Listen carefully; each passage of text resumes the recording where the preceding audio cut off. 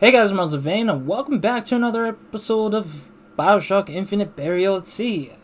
Potentially, the final episode. I hope. I don't know. I'm personally starting to feel drained from this game in general, because this game has pretty much dragged itself on and on and on, and, I don't know. I feel like this was kind of, like, really lengthily dragged to an unreasonable point, honestly. But I'll talk more about it if we hit the ending, when we hit the ending, because I don't want to sacrifice so much time. I'm going to try my best to get through to the very end here at this point. But basically, last episode, we blew up the Fontaine Mall, let it kind of rise up, basically, from the building that helped get Fontaine, or Atlas, technically, to the point where he wants to be, and he found out that he needs the ace in the hole, which is the dumbest thing I've ever seen in my life. to see that he wants something that just feels unreasonably needed, because all of it is kind of explored in the Bioshock 1, I feel like. But I think the ace in the hole is the character that we play as in Bioshock 1, is what I think it is. But essentially, I think that Atlas wants more than just, like, non-guaranteed solutions, which he's so stupid to ask for. But in the sense, I feel like, in a weird way, it's like a juxtaposition, like a comparison to the fact that Booker was a chosen character to change the fate of Columbia. But in this case, Elizabeth is serving the same purpose as Booker, in parallel to Booker, where Elizabeth is the instigator, the person who will change the future of Bioshock, change the future of Rapture, in a sense that is equivocal almost to Booker, which is interesting to think about now. And I did get forced to rewatch the whole cutscene again. I really don't like the cutscene as much because it's just annoyance, and you can't even skip it, unfortunately. But I feel like it was just kind of weird to see that kind of thing, thinking about it after that point of watching the cutscene for the second time, that I'm like, okay, I guess that's an interesting take on a parallel sort of side of things. But anyways, we're here. Is this door gonna open? No, it's locked. Yeah, so we're gonna go through this one last time, I believe. This is gonna be the last run with this game, this game's DLC, so yeah.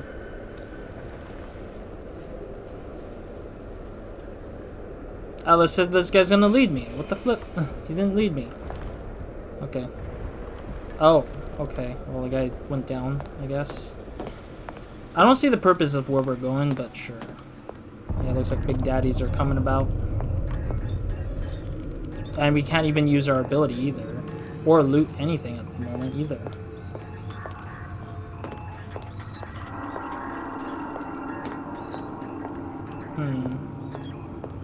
Alright, let's keep moving. I don't really have a clue much anyways. I don't have any clue. I have nothing I can do.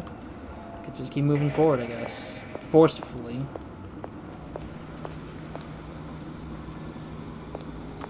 Prototype stage 1, the Vita chamber. Oh, the Vita chamber. Vita chamber. Interesting. So those machines weren't fully built yet, it looks like. Oh.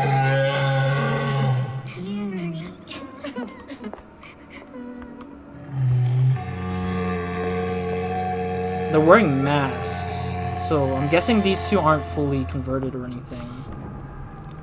Oh, I have to move the Big Daddy, yeah. Alright. Let's see here what we could do. Mr. Monster's mean. Scary. Stay away from him. He's scary. Look, it's okay. He can't hurt anyone. Scary. Shh. Can you move?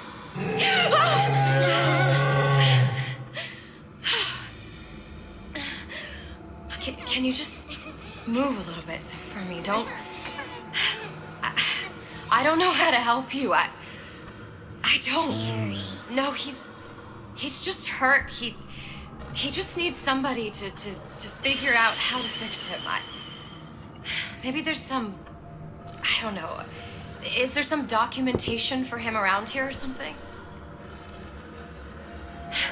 Right. who I'm asking.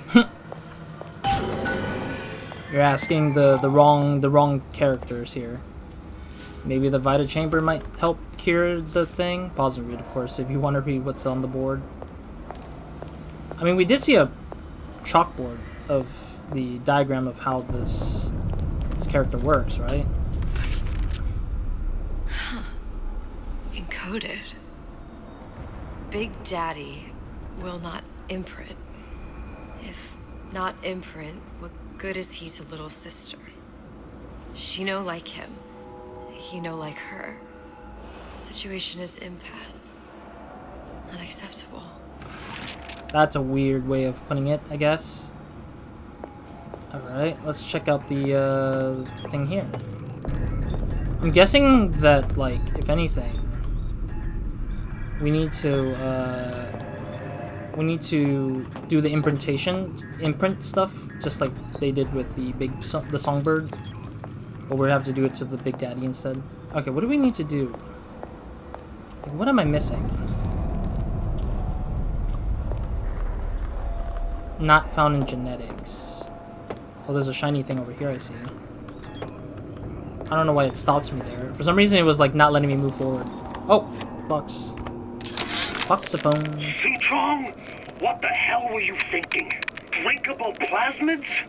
We're burning through 10 times the amount of atom compared to the injectables. And if you fail to notice, them sea slugs ain't exactly growing on trees. Switch back to the injectables and let the eggheads in marketing worry about selling it to the chumps. Interesting. So they were like doing dirty business with what they got so far. Alright, what am I supposed to do? What am I supposed to do? Find a way to repair the Big Daddy. Yep. I don't really know, like, what is the clue or hint about the... Oh, what is this? There's another note. If stupid beasts had half brain, they would realize they need little sister to live. Sisters secrete only kind of atom that is genetic match for them. No little sister, no Big Daddy. Huh. Okay. So we need to find some sort of injector, I guess, from the little sisters here. Maybe that's the clue now. Scary. I've got to do something. Yeah, but I don't know what else there is. Big monster sick. It's okay. It's okay. Please. I don't know how to help him. He needs Adam. I don't have any of that. I don't know what to do. Going to die. Not fair. We can help. Oh, so they're willing to give their Adam to the Big Daddy, I guess? That's interesting that the little sisters have the most Adam.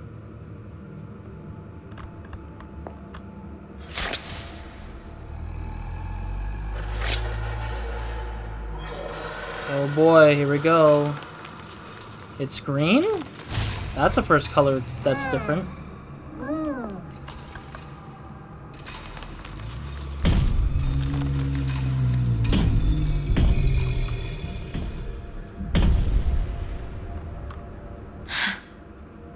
Flying with the thorn in its paw.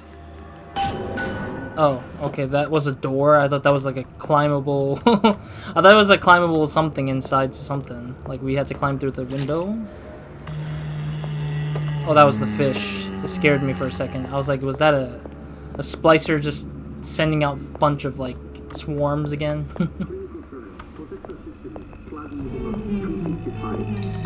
Dr. Suchong, client Ryan Industries. Very frustrating day. I can't seem to get the damn Big Daddies to imprint on the little brats. The protection bondage is just another forming. So it seems like Suchong is still frustrated by the fact that he doesn't know how to handle the situation so far, so... Did you talk your puppy? She's very pretty. Thank you, Papa Suchong. Break her neck for me. What? What? Break that sweet puppy's neck. No, please. Break that puppy's neck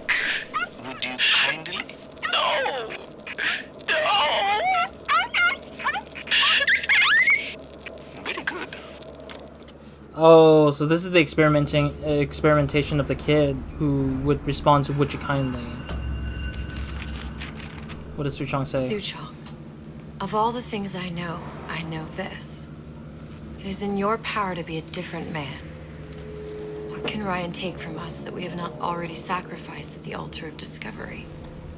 They are children, little sisters, and yes, they will forget. But you and I won't. The memories of what we have done fade only with the dimming of all lights. Tenenbaum. Oh, Tenenbaum is the lady, isn't it? The lady who's like... Seems like some sort of downstairs there. I think Tenenbaum was the one who helped the first character get through as much as of the area that they can and stuff.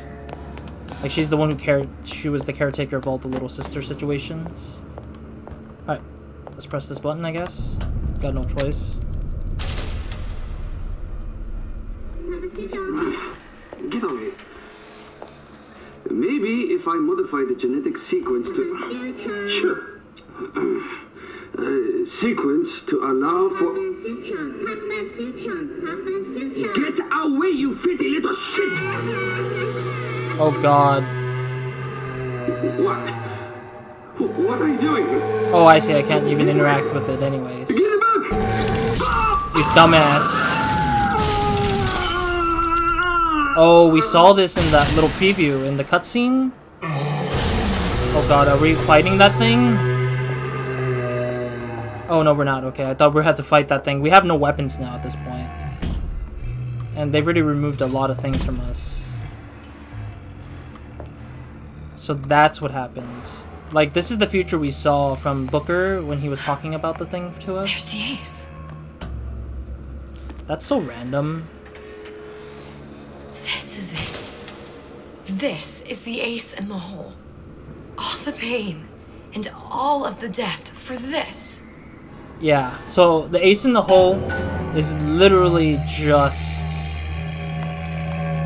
It's literally just the first character from the first Bioshock game. That's it. I mean, it was kind of obvious. I was just like, this is the dumbest thing ever. Intro wall. It's the dumbest thing I've ever seen in my life. I'm just like, I get it. I see where it's connecting. But it's just like, why does it have to be forced? I don't know. It feels kind of forced in a bad way, I feel like. I feel like when they try to force the... Ooh, there's Adams. Eve's garden kind of thing. Adam's garden, Eve's garden. Sally's gonna die. I'm not gonna be surprised. Making this look like more ominous than it normally should. Hey, sister, over here. Yeah, Sally's gonna die, and our character will probably get sent into a different dimension. Do you have it? I have it. Give it over then. I'm keen to get this brat off my hands. Alright, here we go. Let's see how this ending You know goes. what? Andrew Ryan said I was a rube. But he was wrong. I'm not the rube, Atlas. You are. Now, we both know what happens next. Just get it over with. Well, love, if you insist. He's gonna kill... Yep, kill us.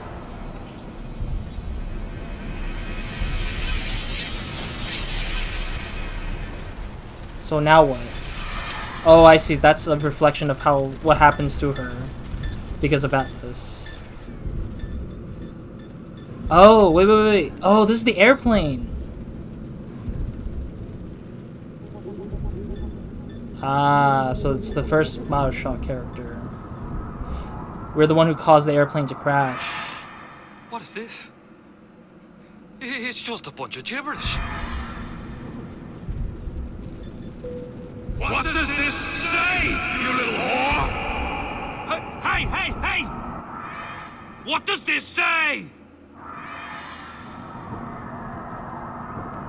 Wait, what? So he's the one who starts things up? It says... Would you kindly...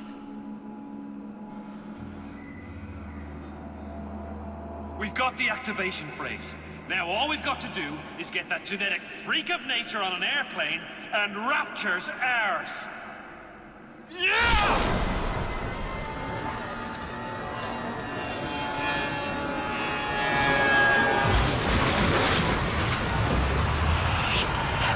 I chose Rapture.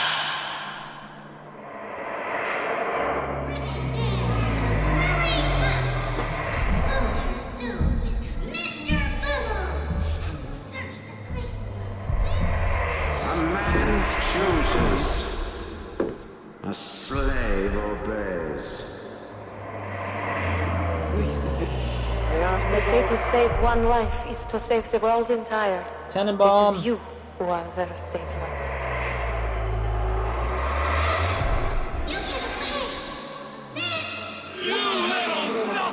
one. Fontaine, aka Atlas.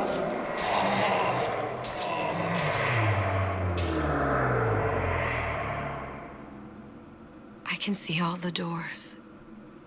And what's behind all the doors.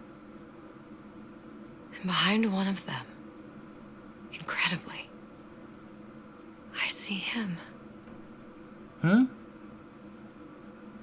Oh, the guy from the first game.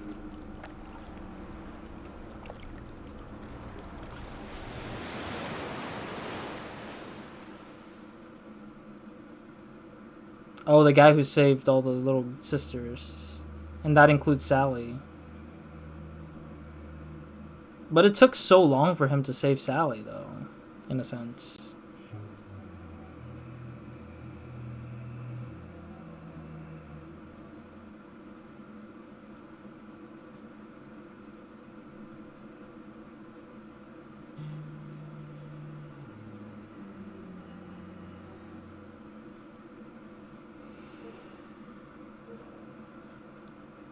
Damn.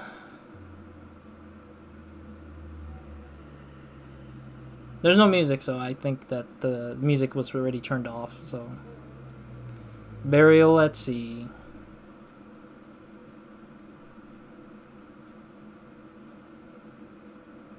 Oh. Paid in full. Achievement unlocked. Is the credits gonna roll? There should be a credits, I feel like. Because I feel like there should be. There we go. I'm going to silence the music, of course. I don't want to get copyright, of course. Alright, that's been Burial at Sea, DLC, Episode 2. Yeah, I said I was going to reserve all my opinions till the last, the ending here at this game. I'm glad it was just only like a short matter of time, because I was fearful that it was going to go even longer because of the fact that, you know, there was more gameplay in that sequence, and I was like, oh god, there's more things to do probably. And then suddenly I was like, oh, okay, it's not that much left anyways. Alright. Thank you guys for joining me, of course, for Burial at Sea. My thoughts on this. Without knowing anything, I didn't even play the game. I only knew it was like something about like an alternative universe of Rapture in like with Elizabeth and stuff, and I was just like, oh, okay, cool, you know, like it's some sort of like something. And playing through the game, or rather playing through it myself now, I feel my opinion is a lot different from what I've heard. Like, people saying that this DLC was really fantastic or something. Like, it was, you know, like a way better, like, thing going on for itself. And I feel like that's kind of, unfortunately, in my opinion, not as great and not as true as what I think it is. It's something that I feel is nice. Like, something that I feel is nice is, like, a connection between Bioshock 1 and Bioshock Infinite. But my biggest letdown for myself personally is having that sort of like weird like a weird connection with a semi disconnected pieces of puzzles. Like, it feels like they were jamming in like pieces of the puzzle to make it work, but it just doesn't fit right to me. I think that it just didn't work out for me, like, narratively, for both episode 1 and episode 2. But episode 1 made more sense to me personally a little bit because of the fact that, like, oh, like, Elizabeth wants to close all the loopholes, which makes sense. Episode 1 should have just ended and ended just there. I don't think episode 2 was necessary in terms of the sense of needing a character closure for connecting Bioshock Infinite to Bioshock 1. I feel like there's no need for it, because I feel like doing that sounds like they wanted to have an infinite loop of like connections of the game, and to kind of try to explain the lighthouse situation that you saw at the end of Bioshock Infinite's playthrough. And I feel like that loophole trying to close it is such a bad thing to do, because it feels like Bioshock Infinite was already a huge far like disconnect from Bioshock 1, because Bioshock 1 feels like it's just a world of its own. Bioshock 2 is just an addition sort of thing to the first Bioshock. And then Minerva's then the same way. Like, it's all additive. But in Bioshock Infinite, it feels like a less additive type of game, and more of it's its own world. Let it just sleep in its own territory and, like, have it separately away.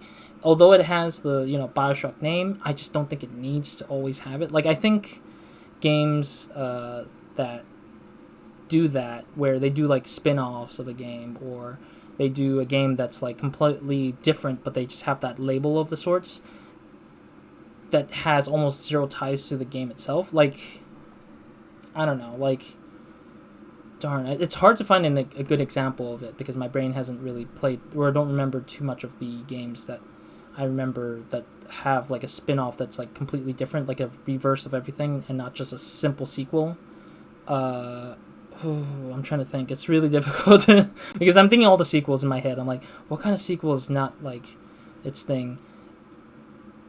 Yeah, maybe like Dishonored. Like Dishonored 1 and 2 are like, sequels of each other. But then Dishonored Death of the Outsider is like a spin-off. It's related to the world of the Dishonored series, but it's not like telling its story all over again or try to connect its thought completely into the whole Dishonored 1 and 2 and its DLCs. It does take references away from the DLC and from the first game and the second game, but it ultimately tries to make its own world, make its own category of its own space in its world, because it's an entirely different territory. It's an entirely different space. Here, on the other hand, it's trying to force feed us into getting it into a mold that fits what the story should be for Bioshock 1 in connection to Bioshock Infinite, and I feel like it doesn't do it any justice. I think that ultimately it would be best if people would just play Bioshock Infinite separately, as opposed to just thinking that, you gotta play it in order or something like that. Like, I think that if somebody said, like, they haven't played Bioshock 1, but they played Bioshock Infinite first, that's totally fine. Like, that's a thing I feel is truthfully how it should work. But it just needs to just not be a part of the Bioshock 1 stuff. Like, if you tell somebody who just played Infinite first and the DLCs, let's say, and they jumped back to Bioshock 1, it would feel ultimately very weird and different, because the gameplay is so different, the design is so different, the narrative is so different.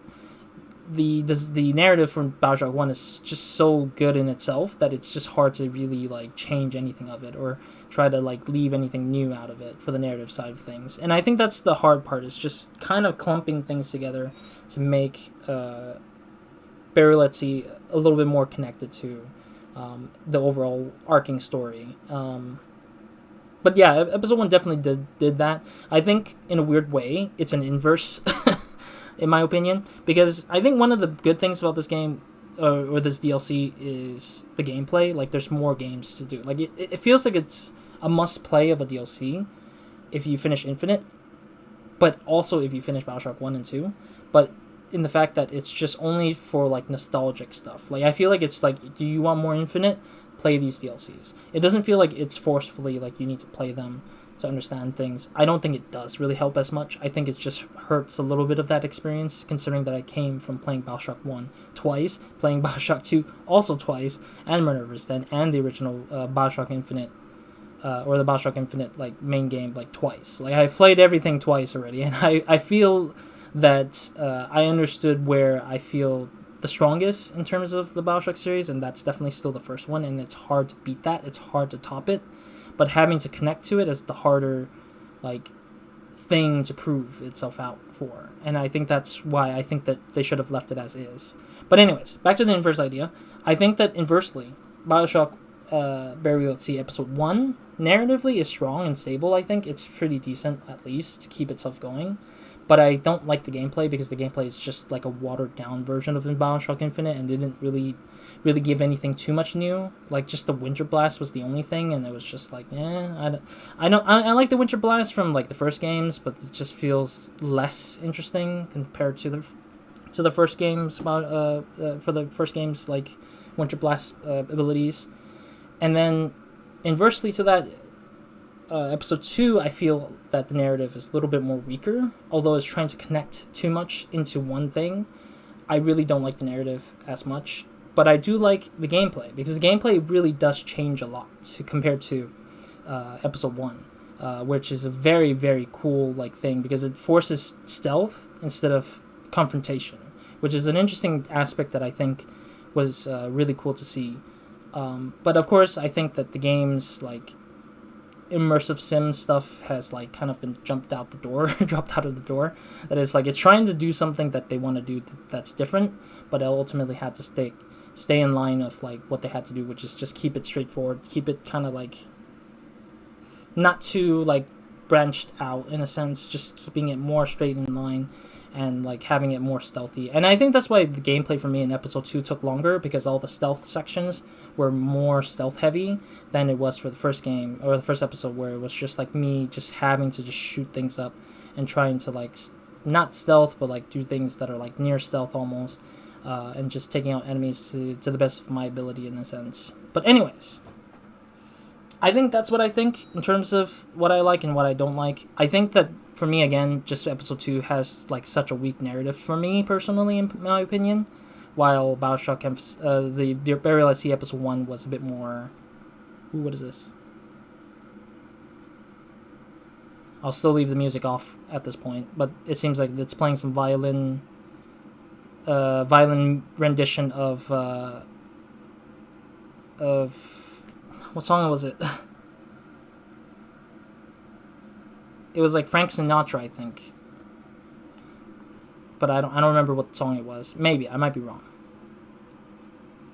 All right, cool. Anyways, so that's that. That's the end of Burial at Sea. My opinion, again, I think that again it's nice to revisit Rapture again. Story-wise, episode 1 was the strongest with it. So episode 2 is kind of shaky for me, I feel like. Gameplay-wise, episode 1 was not great, but episode 2 was like interestingly good for the gameplay. So it's an inverse of problems that the episodes had. Would I recommend for the game? Would I recommend those who played Infinite to play the DLC? Only if you've beaten Bioshock 1 and 2 and you've played through Infinite, would you ever want to jump into Burial at Sea to see a sort of like cool, semi-cool like connection of Bioshock 1 and Infinite. I think some people will like it. I think for the fact of like Infinite being connected to Bioshock 1 is cool to them. But I think for me, I personally don't think it worked out for me, because I feel like I know the bigger picture. I know where things are leading.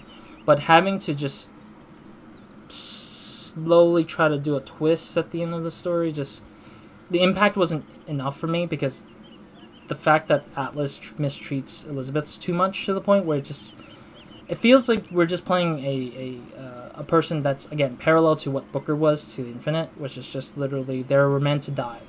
Basically, it's kind of like saying Elizabeth's meant to die, nothing more, and it just feels half-assed to just kill off a character because it's convenient to make the story less interconnected. I think what I would have done is probably make it more weirder and interesting, and like I think that if Elizabeth was to be placed into Bioshock 1, maybe having Tenenbaum randomly take her life in sacrifice and helping Elizabeth, and then Elizabeth turning into Tenenbaum, like taking her place and picking up her accent and her ways, that would be cooler, I think, because I feel like Tenenbaum and Elizabeth share somewhat similar like things, and Elizabeth is tied to Tenenbaum's job in the Bioshock 1 series, and that she's just playing just like Tenenbaum would in terms of trying to save her as save Sally and stuff like that, it would be much more interesting to me personally to see how that's connected. But unfortunately, it didn't work out like that. Like, it probably was hard to convince people that Tannenbaum would be involved with Elizabeth. And I think that's also interesting too, because this is just one Elizabeth out of the many, many infinite versions of Elizabeth. So this Elizabeth dying may not even matter as much for the greater amounts of other Elizabeths that exist, because no other Elizabeth is going to save each other from their deaths. Like, as you can see from the beginning of episode 2, the current Elizabeth got banged up. If anything, it's more like a foreshadow to herself at a later stage at the end of the episode 2, which makes sense, I think. But at the same time, just kind of feels kind of dumb, honestly, to me, because it's just like, whatever. And then also having her lose her ability to do tears was another, like, sad grab of, like, nothing to do with it. Like, I understand that gameplay mechanic-wise is hard to showcase how tears would affect your gameplay and stuff, but I think that it would have been nice to see a tear kind of situation, and, you know, Elizabeth trying to get the situation out of problems and into her hands. But it's like, I get it, like, gameplay and story wise it would have been like game breaking and people would just be screwing like the story over completely because of her ability to tear through dimensions constantly. So I think that, yeah, they try to like write a simple story to give themselves a sense, some sense of like closure in a way that's just a forcible closure of the Burial at Sea DLC. And I feel like that's just like, who knows. And yeah, I mean, that's pretty much my thoughts, I think, overall for the game. I think that it's definitely that kind of game where, or that kind of DLC that's like just a additive adventure to the Infinite gameplay, and not so much as anything more than just an additive slash like optional like DLC to play through. Yeah, so if you guys want to pick up this DLC for yourself, Burial at Sea, and play it for yourself, I know I went very slowly at it, but maybe you can do better. You can probably also find other achievements, because I didn't pick up all the achievements. I didn't get all the voxophone stuff that I was supposed to find in this game, so that kind of sucked. But if you want to find them yourself, go ahead and check it out in the link down below for like picking up the DLC for yourself if you already have Infinite. If not, I'll probably just place the whole Bioshock Infinite Complete Edition, which includes the DLC, I believe. I'm not sure if that's the case. Or the season pass, I guess. I don't know. Otherwise, that's pretty much it for the DLC, and this is it for the series. So you might be asking, what is next? Well, I have some games lined up. I have them in mind. I will be jumping into them as soon as I finish this recording, which is probably going to be the next day that I will start recording them. And yeah, I'm looking forward to what the next game is that I'm going forward to play. While this is going to be the sad end journey of Elizabeth and Booker and everything, it's just kind of sad to see pretty much all the characters die in this game, at least, and it's just not great. And I don't know. It does provide a sense of closure for this series whatsoever, like Bioshock in general. Like, it doesn't feel like you can add more to it, unfortunately. Instead, you have to start fresh, like reboot, remake, something. And I'm looking forward to Cloud Chamber's version, I think, if they do manage to pull it off, to see what kind of Bioshock game they're making from the Cloud Chamber guys, Cloud Chamber company, studio that 2K is supporting and publishing from, and I'm hoping to see what that goes off to be. And maybe, hopefully, when it comes out, I'll probably do a recording. Who knows? Maybe not. I might play on my own and stuff. But who knows? Otherwise, that's it for this episode. That's it for the series. And I'll see you guys in another video or another series of mine. If you guys want to check out other games or watch the Bioshock Infinite series that I played through, I'll leave an annotation at the end, or the end screen stuff at the end. And that's pretty much it. So, thank you guys for watching. I'll see you guys next time or another video. Roz!